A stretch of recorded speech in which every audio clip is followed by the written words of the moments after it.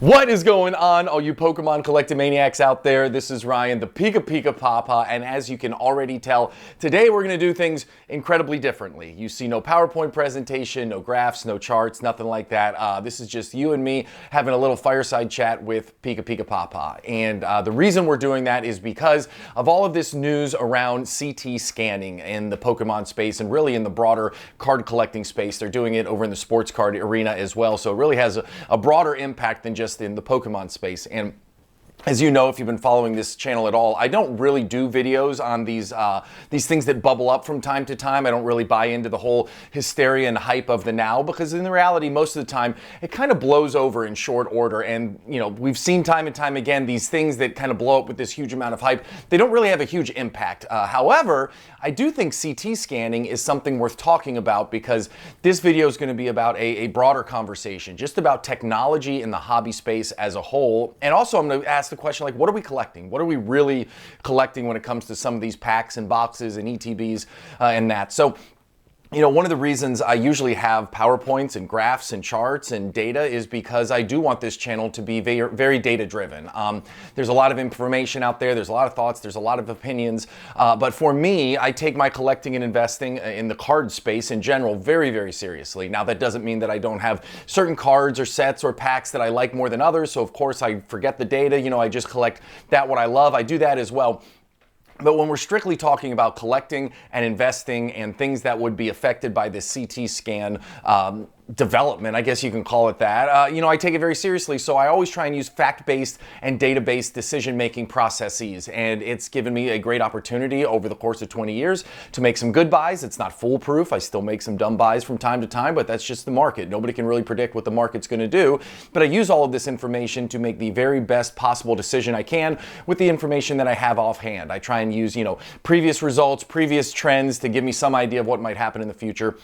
And I share that with all of you. And I'm going to tell you right now, not to get into it, but we got some really cool data points for the rest of this month. So I'm excited to get it out to you. We've got some really cool alt art data points. We've got some awesome booster box data points going back almost 3 years at this point. Like Scarlet and Violet's getting to the point where we can start looking at some comparisons from Sword and Shield. So anyways, I don't want to get down that rabbit hole, but I'm super pumped for some of the data dives that we have coming up later on in this month. And I think you guys are going to really like it as well.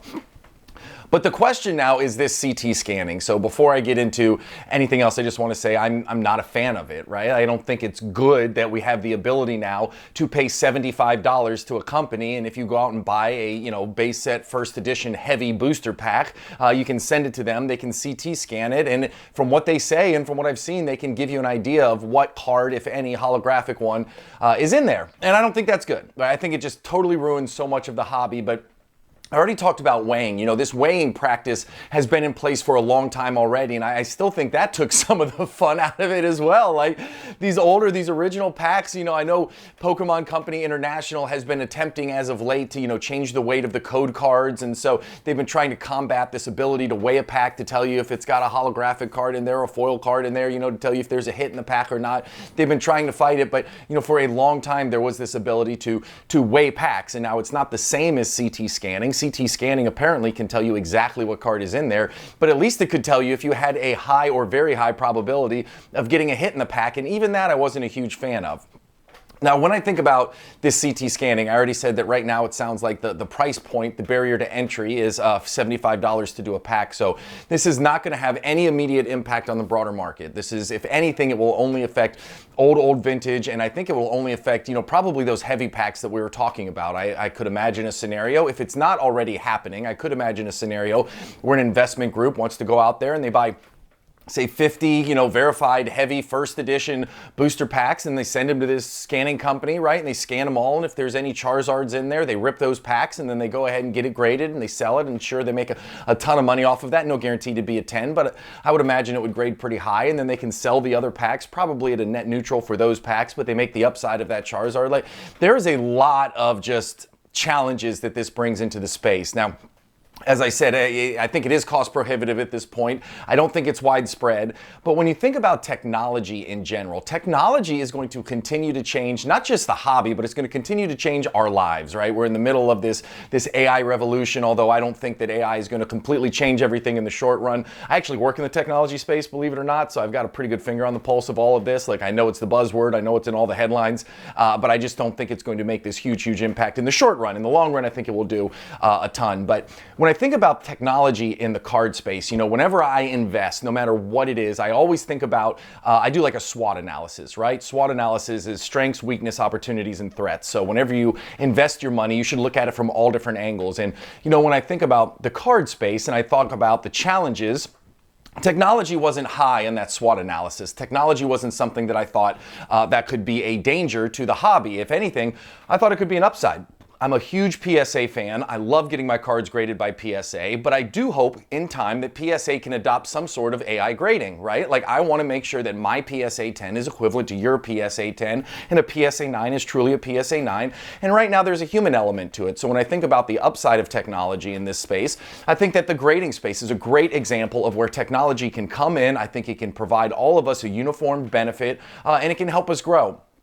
People will always find ways to maliciously use technology. So a good thing of CT scanning, right, is you could validate that this is actually an original product. I think that could be a good thing. If you were able to, if you want to spend the money on a really rare, really vintage product and you want to invest, say, $10,000, $15,000, $20,000 plus in something, there is risk associated with it right now. We have even seen booster boxes that have been graded by a third-party authenticator that have ended up being fake. So, I mean, it is really tough to be sure that what you're paying for is what you're getting. And this CT scanning could be used as a good thing for that. Unfortunately, as with most things that are intended for good, people always find a nefarious way to use it. And I just think it's really sad. I do. I think it's just not what this hobby's about. Like, I love collecting Pokemon cards. I love collecting in general. I love sharing all of this with the kids, and I think it's fantastic. You see behind me, I have a ton of products that I show in my videos with you, and I have a Poke closet that's full of way more. Fortunately for me, I don't have a lot of vintage sealed, so I don't think this has any effect on me. And I'm going to tell you right now, I don't think that this is going to have any huge impact overall in the vintage sealed market, at least right now. I think this product, this initiative, like this service that they're offering, I think the price would have to come down. I think it would have to become much more mainstreamed. I think it would have to become much more just a normal part of the hobby in order for it to have any type of effect. But there is the risk of exactly what I said earlier. People with really deep pockets, they could utilize this service at scale and do something like that. But then when I was thinking about, the technology aspect of it, it made me think a little more, I don't know, deeper, right? It made me have a broader conversation with myself when I was like, well, what am I really collecting? So, when I think about if I were to go out and buy a base set first edition booster pack, right? Am I buying it because there's the opportunity of a Charizard in there? Like, I think yes, that's probably what gives it value. But at the same time, I'm also buying a piece of Pokemon history. Like, every single year, no matter what happens with CT scanning, I can assure you that the overall population of base set first edition booster packs is going to continue to dwindle over time. It's just going to happen. So if I buy one of those and I hold on to it, I have a piece of Pokemon history that is going to become rarer and rarer over time. So, yeah, I think that this could be some type of disruptor to the market if it goes mainstream and becomes large scale.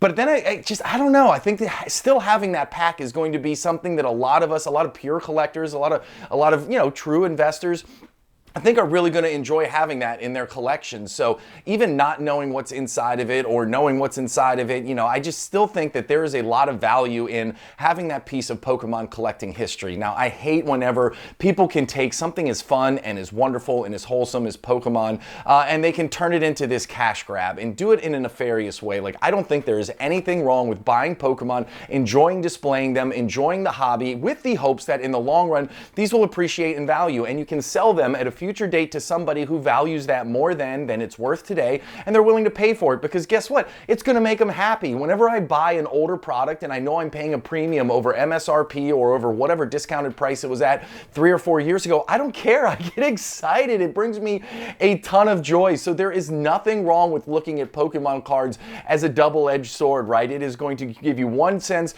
where you have a lot of fun in collecting in the short run and also give you the opportunity for a lot of upside in the long run. Now, I do think that, I guess in summarizing all of this, when I think about the whole point of the video around CT scanning, and one of the reasons I don't do this type of video is because whenever something not great is going on in the hobby, I hate to bring attention to it. I know I don't have a big channel. This video probably will get almost no views, but some people will watch this, and some people didn't know this was going on, so they'll go online, they'll visit the website, they'll start to learn more about it. So organically, I guess I am not necessarily promoting it, but I am bringing more awareness to it.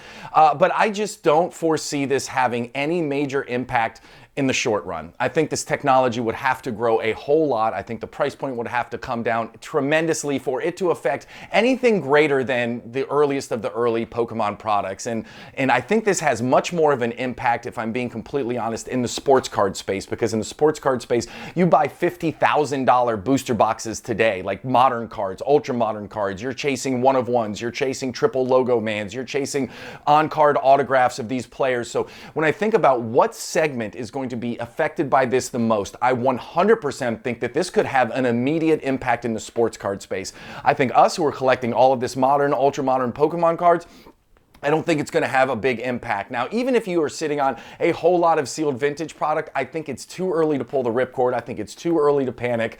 You know, let's give this some time. Let's let it all flush out. Do I like it? No. Is that going to change anything? Absolutely not. It is here. The one thing that I read in an article that I thought was really cool is when Pokemon became acutely aware of all of this weighing pack type of ordeal that was going on, they did take some action. They did add in code cards of different weights in order to try and at least mitigate that to a certain degree. Maybe it was successful, maybe it wasn't. I haven't done any of my own data dives on it, but I will say this. If this becomes a big thing, I do not put it past Pokemon Company International to try and integrate something into the packs. You know, packs can be reactive when it comes to x-rays, so there is absolutely a way that they could integrate something into the pack or box or product or whatever, so that if it becomes x-rayed or CT scanned, guess what? It could pop a different color in a heartbeat. So the technology is there both for good, and the technology is there both for nefarious purposes. It is what it is. Technology is not going to slow down. There is going to be more disruptors that hit the hobby in the future. For me, I love the hobby. I love the joy that it brings me. I love the joy that it brings my family. And I still believe in the long-term opportunity for great growth. Technology is going to affect our lives in so many ways over the next 10, 15, 20 years. We can't even imagine. But that is not scaring me away from what's going on. Matter of fact, I feel even more bullish about these awesome pieces of cardboard behind me, because I do think that no matter what happens in the technology space, these are always going to have a special place in everybody's heart. So that's my take on all this CT scanning stuff. Again, a totally different video than I normally do. I would love to hear all of your thoughts in the comments down below. I hope you made it to the end. I hope you could manage staring at my ugly mug for this long. I appreciate you more than I can possibly say. And don't forget, we have some awesome data dives coming out this month. And so I hope you're pumped for that, and I can't wait to share it with you. You all have an awesome one. I'll talk to you later, everybody. Bye.